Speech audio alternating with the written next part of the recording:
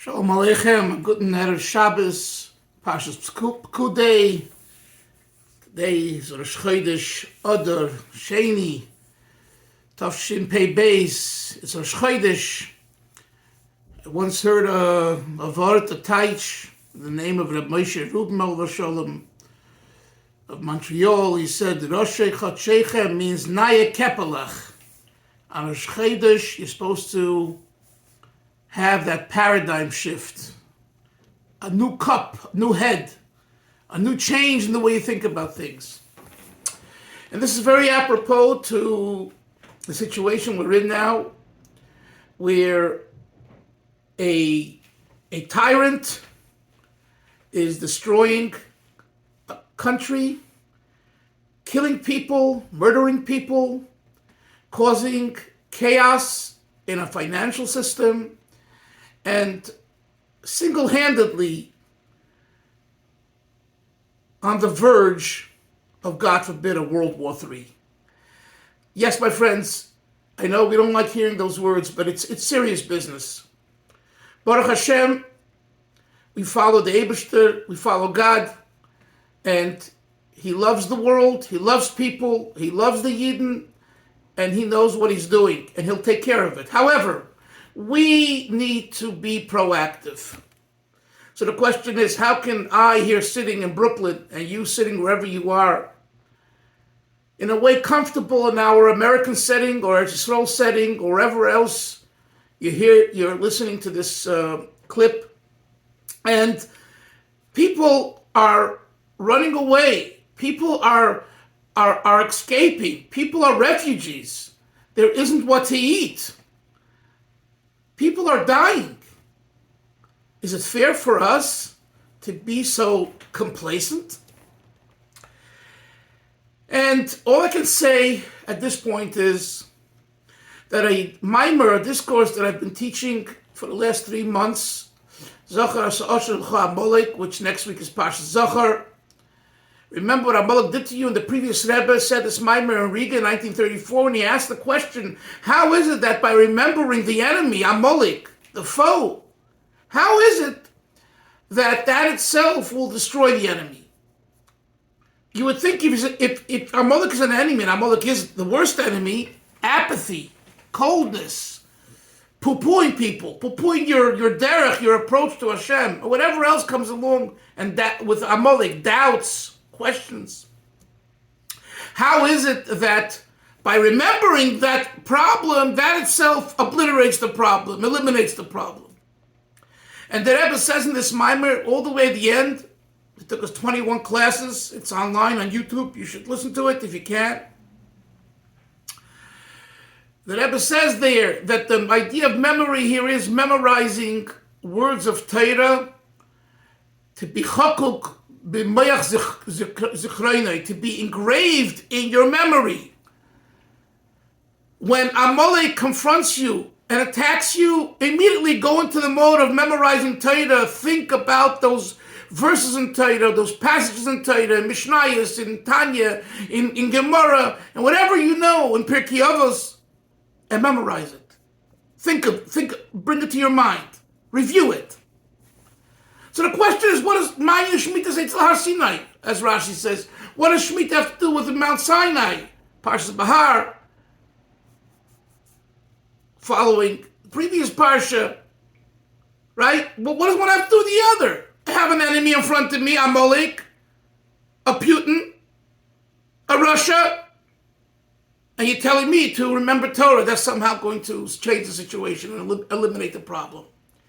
What does the previous Rebbe mean? Don't fight directly the enemy, because you will lose. Put yourself in a different place. Truly, that's the paradigm shift. When you go into the memory of Torah, when you go into the world of Torah, and that's who you become, and that's who you are, that's your DNA, the enemy at the end of the day dissipates, melts away. How this takes place in a situation on the ground between Russia and Ukraine, I'm not a strategist. I'm not a military person, nor do I want to be. I cannot tell you.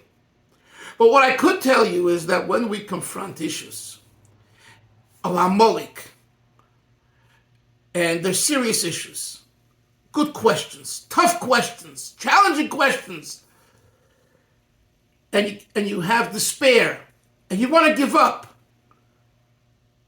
and you're depressed. Comes along the Frierdiker Rebbe in 1934 talking in Riga. It wasn't exactly the bastion of Hasidic Judaism. And he tells the people, and the message gets out to the people. And now, almost 100 years later, 90 years later or so, 92 years, 80 years, whatever. A lot of years later, what do we see? That the answer is still the same answer. Live with a higher paradigm. And the same is true for relationships, shalom bayis, employer and employer confrontations, and all issues of relationships. The previous Rebbe says, the reason you're in this difficult situation is because you're stuck. Because you look at yourself like you're on par with an Amalek, just a little better, a lot better. But Amalek also has an opinion. You don't understand, he says. You're not Amalek. You're a Yid. You're the Jews. You're made of different quality. You're in a different category. You're an Am Kodesh. You're a holy nation. And because you're a holy nation, therefore, act that way, think that way, bring Torah to your mind, and then Amalek will just say, wait a second, I have the wrong customer. So, as we go through this period, and by the way, it's days of Simcha. When you go into Adar, when you get involved, Maamar b'Simcha, not only do you have joy, but there's the intensity of joy, the increasing of joy. The joy plays on itself, and people become joyful when they see you, because you're a man of joy. You're a woman of joy. You're a person of joy. Your mindset is joyful. When we think Torah, we're in a different plane, a different plateau, a different world. Nothing can get to that world. Surely not Amalek. So therefore, whatever derech, asher korcha baderech, he also says in this Maamar, another Maamorim, Amalek happened to attack the Jews on their way out, right? But the word korcha also is associated with the word kar, cold, apathy. Asher korcha baderech. You chose a specific path to be a Yid, to be a Chassid, to be a Litvak, whatever your path is, to be a Sephardic. And others come along, whether it's your parents, your spouse, your siblings, your best friends, your rabbis, and they say, stop already. No. I have free will, and I find that this path is for me. I know it's different than you, parents, friends, siblings, rabbis. But for me, this works. And as long as it's a Torah-sanctioned way, kol hakavod, all the best. Especially for us, people who are Chasidic, who are Chassidim of Lubavitch, of the Rebbe, so many years later, we know that the Rebbe would not capitulate to any type of negativity, to any type of apathy. Why? Because he was above it. Why was he above it? Not only because he was a tzaddik. He was above it because he saw that the way to connect is to be above the problem, not to be in the problem and looking for a solution. May Hashem help that through our attitude, a change in the paradigm shift in the month of Adar, with true simcha, and this week also, we're coming to Tes Adar, the day the previous Rebbe arrived in America in 1940, 82 years since it's that day, and he brought Chabad Lubavitch to America.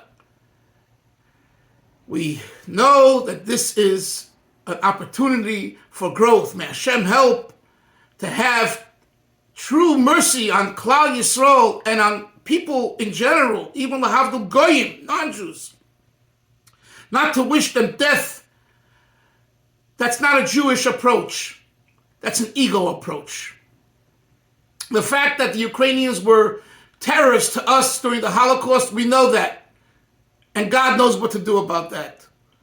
We need to pray for peace. We need to pray for shalom. We need to pray to be together and to celebrate together. And it should be l'sakin olam b'malchus shin daled yud, that the entire universe, including the Ukrainians and the Russians, will realize that God runs the world, not Mr. Putin, and will be zoiche, will merit to the coming of Mashiach b'karav mamish. Amen v'amen. Good Shabbos.